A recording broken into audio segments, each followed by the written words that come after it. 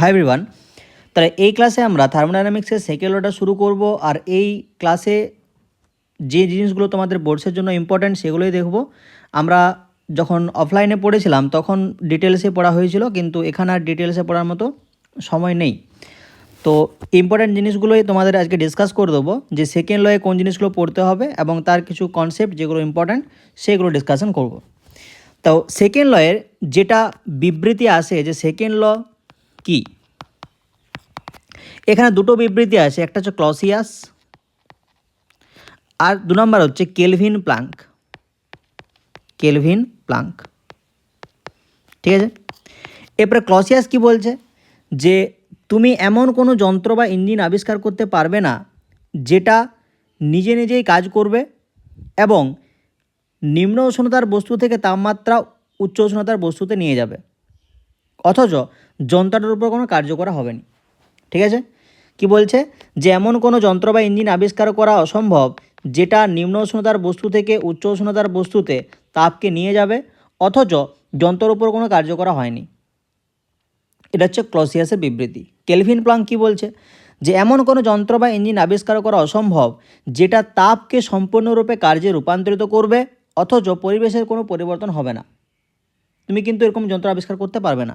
পরিবেশের বা পারিপার্শ্বিকের কিছু না কিছু পরিবর্তন হবেই যখন তুমি তাপকে সম্পূর্ণরূপে কার্যে রূপান্তরিত করতে চাইবে। ঠিক আছে। তাহলে এই দুটো বিবৃতির মধ্যে মাঝে মাঝে কোশ্চেন জিজ্ঞেস করে যে ক্লসিয়াসের বিবৃতিটি লিখো বা কেলভিন প্লাঙ্কের বিবৃতিটি লিখো। ক্লিয়ার। এরপরে স্বতঃস্ফূর্ত প্রক্রিয়ার ক্ষেত্রে চালক বল। স্বতঃস্ফূর্ত প্রক্রিয়ার চালক বল। চালক বল মানে কি, কোনো একটা স্বতঃস্ফূর্ত প্রক্রিয়ার ক্ষেত্রে কোন বলগুলোর কীরকম পরিবর্তন হয় বা সেই প্রক্রিয়াটিকে কে ভালো করে অপারেট করতে পারবে, সেটা হচ্ছে চালক বল। তো এখানে স্বতঃস্ফূর্ত প্রক্রিয়ার ক্ষেত্রে ডেল্টা এস এটাকে গ্রেটার দেন 0 হতে হবে, আর ডেল্টা এসটাকে কনস্ট্যান্ট হতে হবে। ডেল্টা এস মানে কি, এন্ট্রপির পরিবর্তন, বা এখনও এন্ট্রপি যেহেতু তোমাদের বলিনি, এই ক্লাসের কথা বলছি। এন্ট্রপি তোমরা সবাই জানো, বিশৃঙ্খলতা বেশি হতে হবে, এন্ট্রপিটা কনস্ট্যান্ট থাকতে হবে, অথবা বিশৃঙ্খলতা কনস্ট্যান্ট থাকতে হবে, এন্ট্রপির পরিবর্তনটা নেগেটিভ হতে হবে, অথবা বিশৃঙ্খলতা বেশি হতে হবে, এন্ট্রপির পরিবর্তন নেগেটিভ হতে হবে। এই তিনটের মধ্যে যদি একটা হয় তাহলে সেই প্রক্রিয়াটা স্বতঃস্ফূর্ত হবে। তাহলে অস্বতঃস্ফূর্তর ক্ষেত্রে কি হবে, এর উল্টোগুলো। তাহলে বিশৃঙ্খলতা কি হবে, ওখানে ছিল পজিটিভ, এখানে হবে নেগেটিভ। ঠিক আছে। তাহলে বিশৃঙ্খলতা নেগেটিভ, এটা কনস্ট্যান্ট। বিশৃঙ্খলতা কনস্ট্যান্ট, ডেল্টা এইচ পজিটিভ। বিশৃঙ্খলতা নেগেটিভ, ডেল্টা এইচ মানে এনথালপির পরিবর্তনটা পজিটিভ। তাহলে এইটা হচ্ছে তোমার প্রকৃত স্বতঃস্ফূর্ত প্রক্রিয়া আর প্রকৃত অস্বতঃস্ফূর্ত প্রক্রিয়ার কন্ডিশন। যে বিশৃঙ্খলতা যদি পজিটিভ হয়, ডেল্টা এইচ যদি কনস্ট্যান্ট থাকে সেক্ষেত্রেও স্বতঃস্ফূর্ত। বিশৃঙ্খলতা যদি কনস্ট্যান্ট থাকে, ডেল্টা এইচ যদি নেগেটিভ হয় সেটাও স্বতঃস্ফূর্ত। বিশৃঙ্খলতা যদি পজিটিভ, ডেল্টা এইচ যদি নেগেটিভ হয় সেটাও স্বতঃস্ফূর্ত। ঠিক আছে। বিশৃঙ্খলতা যদি নেগেটিভ, ডেল্টা এইচ যদি কনস্ট্যান্ট থাকে স্বতঃস্ফূর্ত হবে না, মানে অস্বতঃস্ফূর্ত হবে।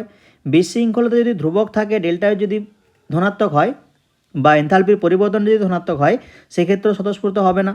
আবার বিশৃঙ্খলতা যদি নেগেটিভ হয় আর এনথালপির পরিবর্তনটা যদি পজিটিভ হয় সেক্ষেত্রেও স্বতঃস্ফূর্ত হবে না। ওকে।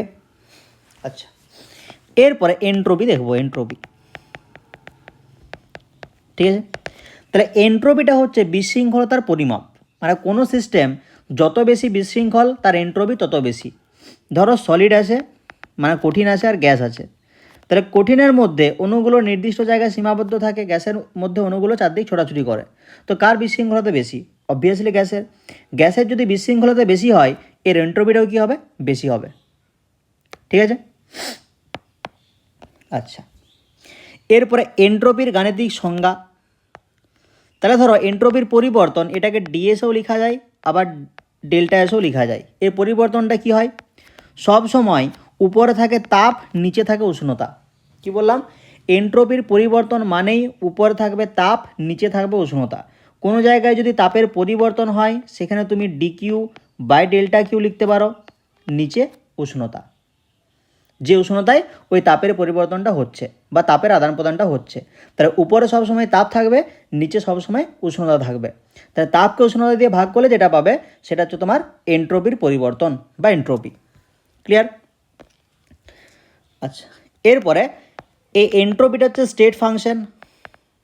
স্টেট ফাংশন মানে প্রাথমিক আর অন্তিম অবস্থার উপর নির্ভর করে। আর এটা হচ্ছে এক্সটেন্সিভ প্রপার্টি। এক্সটেন্সিভ প্রপার্টি মানে কি? ভরের উপর নির্ভর করে। ভরের উপর নির্ভর করে মানে এক বালতি জল আর এক মগ জল ধরো, তাহলে এক বালতি জলে নিশ্চয়ই জলের ভরটা বেশি, তো ওই এক বালতি জলের এন্ট্রপি বেশি হয়। এক মগ জলের ভর কম, ওখানে অণুর সংখ্যা কম, মানে বিশৃঙ্খলতা কম হবে, এন্ট্রপি কম হবে। ক্লিয়ার? আচ্ছা, এরপরে এন্ট্রপির পরিবর্তন।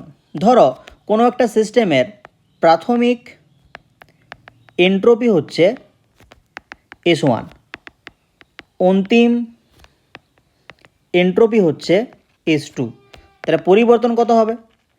পরিবর্তন যেটাকে আমরা ডেল্টা এস বলছি, এটা হবে অন্তিম মাইনাস প্রাথমিক, S2 মাইনাস S1। ঠিক আছে? তাহলে প্রাথমিক এন্ট্রপি S1, অন্তিম এন্ট্রপি S2, তাহলে এন্ট্রপির পরিবর্তন কত হবে? S2 minus S1। ক্লিয়ার? আমরা অন্তিম মাইনাস প্রাথমিক করি। আচ্ছা, এরপরে কোনো বিক্রিয়ার ক্ষেত্রে এন্ট্রপির পরিবর্তন। ধরো তোমার বিক্রিয়ার ক্ষেত্রে বিক্রিয়ক, বিক্রিয়াজাত, ওগুলোর এন্ট্রপির মান দেওয়া আছে, তাহলে এই বিক্রিয়ার ক্ষেত্রে এন্ট্রপির পরিবর্তন কত হবে?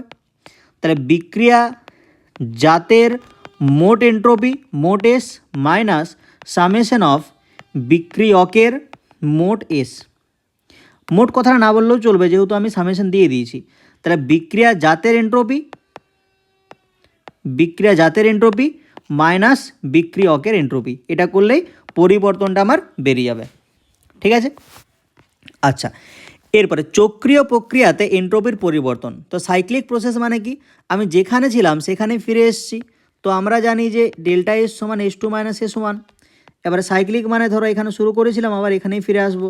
তাহলে প্রাথমিক অবস্থায় S1, অন্তিম অবস্থায় যদি S2 হয়, যেহেতু একই বিন্দুতে ফিরে এসেছি তো দুটোর মান সমান হবে, তো S2 মাইনাস S2 করতে পারি, 0 হবে। Next, reversible adiabatic process. ঠিক আছে? এবারে অ্যাডিয়াবেটিক মানে কি? তাপের কোনো রকম আদান প্রদান হয়নি, তাহলে কিউ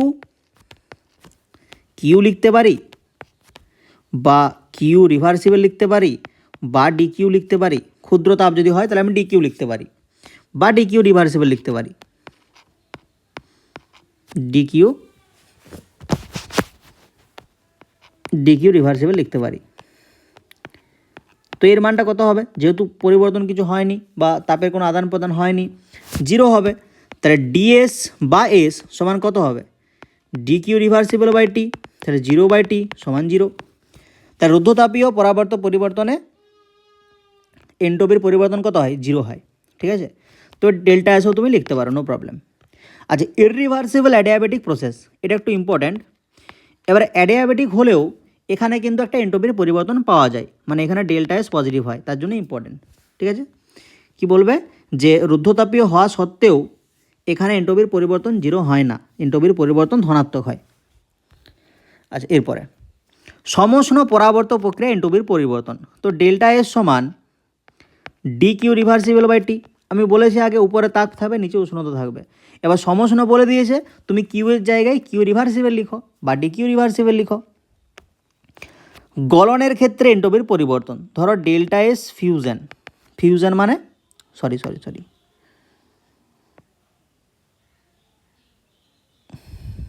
ঠিক আছে, ডেল্টা এস ফিউশন সমান delta H fusion by T. ওকে, তাহলে উপরে দেখো এনথালপির পরিবর্তন আছে, নিচে উষ্ণতা আছে। এনথালপি মানে কি? ওটাও তো তাপ।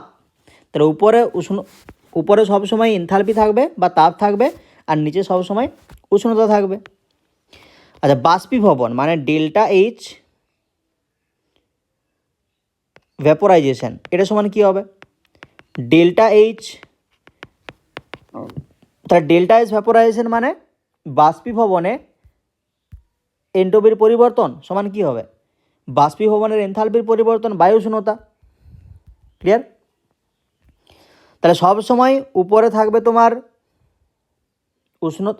তাপ, আর নিচে থাকবে তোমার উষ্ণতা। ক্লিয়ার? আচ্ছা, এরপরে সমোষ্ণ পরাবর্ত প্রক্রিয়ায় চাপ আর আয়তন যদি দেওয়া থাকে, ধরো তোমাকে P1 V1 বা